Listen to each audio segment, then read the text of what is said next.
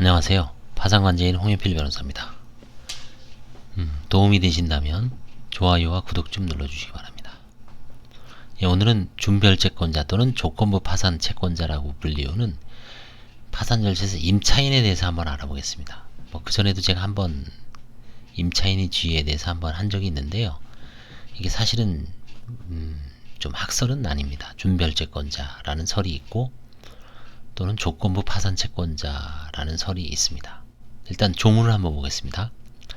법 제415조, 415조 주택임차인 등 이게 파산법을 말하는 겁니다. 채무자 회생 및 파산에 관한 법률. 주택임대차 보호법 제3조 대항력 등 제1항의 규정에 의한 대항요건을 갖추고 임대차 계약 증서상의 확정일자를 받은 임차인은 파산재단에 속하는 주택, 대지를 포함한다. 의 환가대금에서 후순위 권리자, 그 밖의 채권자보다 우선하여 보증금을 변제받을 권리가 있다. 우선하여 보증금을 변제받을 권리가 있다. 우선권이 있다는 얘기죠. 2항 주택임대차보호법 제8조 보증금 중 일정액의 보호의 규정에 의한 임차인은 같은 조의 규정에 의한 보증금을 파산재단에 속하는 주택의 환가대금에서 다른 담보물권자보다 우선하여 변제받을 권리가 있다. 이게 서울은 얼마나 그랬습니까? 1억 1000만원 이하의 보증금 중 3700만원까지 우선 변제받을 권리가 있다고 했죠. 이건 계속 제가 강조했습니다. 이 경우 임차인은 파산 신청일까지 주택임대차보호법 제3조 대항력 등 제1항의 규정에 의한 대항요건을 갖춰야 합니다. 대항요건은 이게 뭘까요? 주민등록을 옮겨야 되고 그 부동산을 점유해야 됩니다. 임대차 계약서에 확정일자까지 받아야 됩니다. 이 세 가지를 갖춰야 됩니다. 3항 제1항 및 제2항의 규정은 상가임대차 건물보호법 제3조의 규정에 의한 대항요건을 갖추고 임대차 계약 증서상의 확정일자를 받은 임차인과 같은 법 제14조의 규정에 의한 임차인에 관하여 준용한다. 상가임대차에도 준용한다는 얘기죠. 그래서 주택임대차보호법상 파산 신청일 전까지 반드시 대항요건을 갖춰야 됩니다. 확정일자, 임대차 계약서 확정일자를 받고요. 주민등록을 이전해야 됩니다. 그 다음에 해당 부동산을 점유해야 됩니다. 이 세 가지 요건을 갖추지 않으면 보호를 받을 수가 없습니다. 보겠습니다. 파산재단에 관한 임차인의 임대차 보증금 반환 채권이 법적 성질에 관하여는 견해의 다툼이 있다. 별채권에 준하여 권리를 행사한다는 의미에서 준별채권자로 보는 견해와 임대차 계약이 종료되고 임차물의 명도가 완료된 후 미지급 차임 등이 없는 경우에 현실로 반환을 청구할 수 있는 정지조건부 파산채권이라는 견해가 있다. 이게 이제 학설상 나뉩니다. 별채권이라는 것은 대표적인 게 뭐라 그랬습니까? 근저당권이라 그랬죠. 근저당권자 니꼬로 별채권이라고 일반인들은 생각을 하시면 됩니다. 근데 별채권이라는 건 임의경매를 할 수가 있습니다.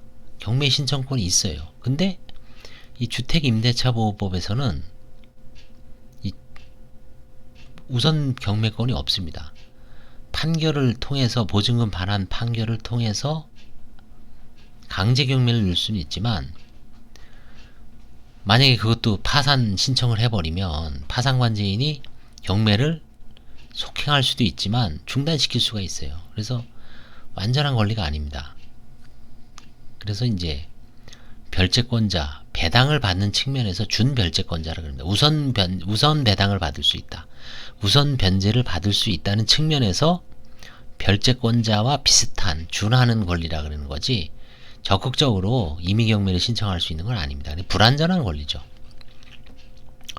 그래서 준별채권자라고 합니다.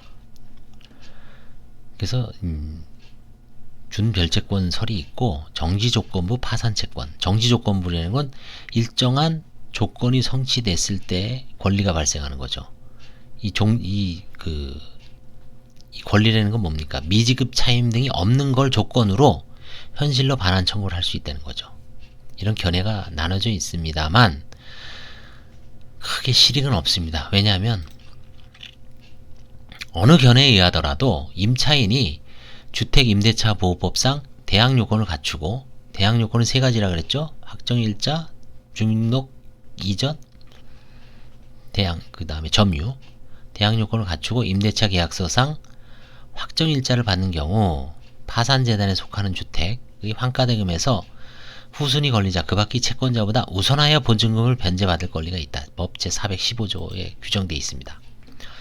소액 임차인의 경우도 주택임대차보호법에서 정하는 바에 따라 우선 변제를 받을 수 있으나 파산 신청일까지 주택임대차보호법 제3조 1항의 규정에 의한 대항 요건을 갖추어야 한다. 따라서 소액 임차인의 경우라도 파산 신청일 이후에 대항 요건을 갖춘 경우에는 파산 신청일 이전에 갖춰야 됩니다. 파산 신청일 이후에 대항 요건을 갖춘 경우에는 소액 임차 보증금이 파산 절차에서 보호를 받지 못하는 경우가 발생할 수 있다. 소액 임차인의 경우 파산 신청일까지 대항 요건을 갖춰야 한다는 법 415조 제2항 단서의 입법 취지는 파산 신청일 이후의 채무자, 임대인이 친지를, 그러니까 가까운 사람을 소액 임차인으로 하여 소액 임차 보증금을 받아가려는 탈법 행위를 막고자 하는 것으로 보이나 위 규정으로 선의 임차인이 피해를 볼 수 있다. 입법적인 개선이 필요할 것으로 보인다. 자, 하여튼 파산 신청일 전까지 대항 요건을 갖춰야 됩니다. 자, 오늘은 그래서 주택 임대차에서 임대인이 파산하는 경우 임차인은 과연 어떤 권리를 갖고 있는가? 그래서 준별채권자 또는 조건부 파산채권자. 그래서 이 임차인이 이런 경우가 있습니다. 최근에 문제되는 게 뭐가 있냐면은 갭 투자라고 들어보셨죠? 그래서 갭 투자를 하다가 역전세난에 의해서 예를 들어서 보증금을 1억을 받았습니다. 그러면 예전에는 부동산이 계속 오르죠. 전세금 1억 받았고 부동산 값은 1억 5천입니다. 그럼 다음에 부동산은 2억이 되면 전세금도 1억 3천 정도. 그럼 이 사람은 새로운 계약자 내지 아니면 기존 임차인한테 3천만 원을 받아서 또 뭐 수리를 하거나 자기가 가용자금으로 또 쓸 수 있죠. 계속 투자를 해 나갑니다. 근데 1억 5천 하던 부동산이 1억 원으로 떨어졌습니다. 그럼 전세금은 어떻습니까? 1억 원에서 8천, 7천으로 떨어지죠. 돈을 돌려줘야 됩니다.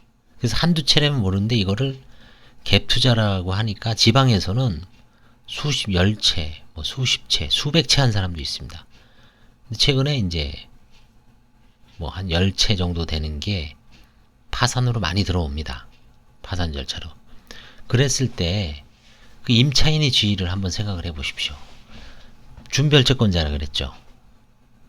혹은 뭐 조건부 파산채권자. 하여튼 어느 견해에 의하더라도 관제인이 그 부동산을 경매에 넣을 수가 있습니다. 형식적 경매. 근데 1억 3천짜리, 1억 5천짜리 부동산이 1억 원 정도 되니까 낙찰이 안 돼요. 예를 들어서 뭐 8천에 낙찰이 돼도 전세금이 1억입니다. 그러면 그걸 어떻습니까? 인수해야 되죠. 그러면 누가 사진 않죠. 결론은 형식적 경매를 해도 임차보증금 밑으로 낙찰을 받으면 보증금을 그대로 떠안아야 되기 때문에 누군가 인수를 안 합니다. 그럼 어떻게 해야 되냐? 결국은 세입자가 관제인을 통해서 자기가 좀 손해를 보고 1억 원에 삽니다. 비록 8천만 원이지만 자기 전세금 1억 원을 매입대금으로 해서 돈 안 들이고 그냥 사는 겁니다. 그리고 나서 이제 계속 거주하고요. 그 다음에 뭐 훗날에 부동산이 이제 오르길 기다리는 그 전략 외에는 없는 것 같습니다. 갭 투자를 해소하는 차원에서는 만약에 임차인이 난 그거 차라리 그냥 안 사겠다. 그럼 임차인은 언제까지 계속 그 부동산에 거주해야 됩니다. 그런 일이 설마 있을까? 제가 지금 하는 사건 중에 수원에 상속재산 파산 신청이 들어왔는데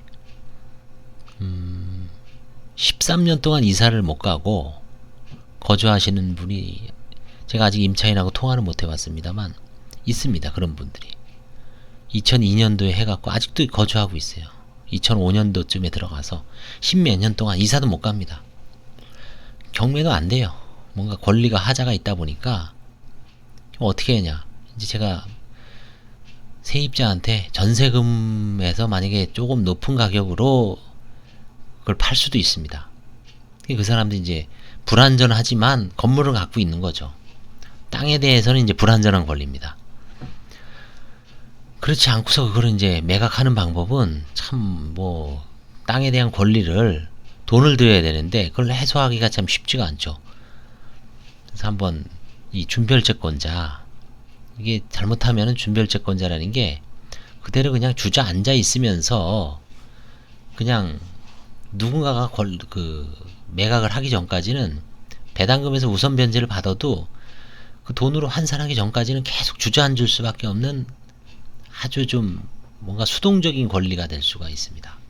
저희가 적극적으로 파산 절차가 아니라면 적극적으로 그냥 강제 경매를 내면 되죠. 보증금 돌려주시오. 그럼 동시행 항변거리에서 퇴거하면서 아니면 거기 있으면서 이제 경매를 넣을 수가 있죠. 경매를 넣어서 경매도 마찬가지입니다. 그 경매도 역전세난이 심하다면 갭투자와 마찬가지로 누군가 그걸 인수를 해봐야 그 보증금까지 떠안아야 되기 때문에 그런 똑같은 문제가 발생합니다. 파산 절차든 경매 절차든. 그래서 결국 이 역전세가 무서운 게 이게 전국적이고 동시다발적으로 막 갭투자가 워낙 그동안 임대인을 좀 우선시하는 정책이었죠. 사실은 다주택자를 임대인 등록을 해서 임대사업자 등록을 해서 주택을 많이 갖는 정책을 핀 거예요. 그러다 보니까 시장에서는 뭐 세금 감면해 주니까 야, 부동산 이거 많이 가져도 되는구나. 그 다음에 대출 많이 해주죠. 그 다음에 뭐 전세자금까지 대출 많이 해주잖아요. 일반 세입자들한테. 그러다 보니까 갭 투자가 바이러스처럼 창궐하는 그런 환경을 만들어 놓고 이게 나중에 이제 부동산 막 폭등시키니까 한번 잡아야 되긴 돼야 되는데, 그러니까 이제 경색이 오니까 갑자기 이제 뭐 역전세난이 이제 발생하는 거죠.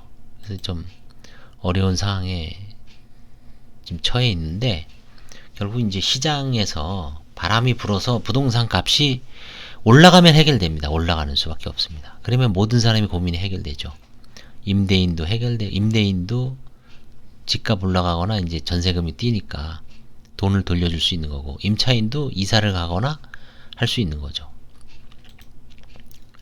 그래서 오늘은 최근 역전세와 관련돼서 임차인들의 어떤 그 지위에 대해서 한번 알아봤습니다. 준별채권자 또는 조건부 파산채권자, 어느 설에 의하더라도 그 환가대금에서 우선 변제를 받을 수 있는 권리에는 변함이 없다.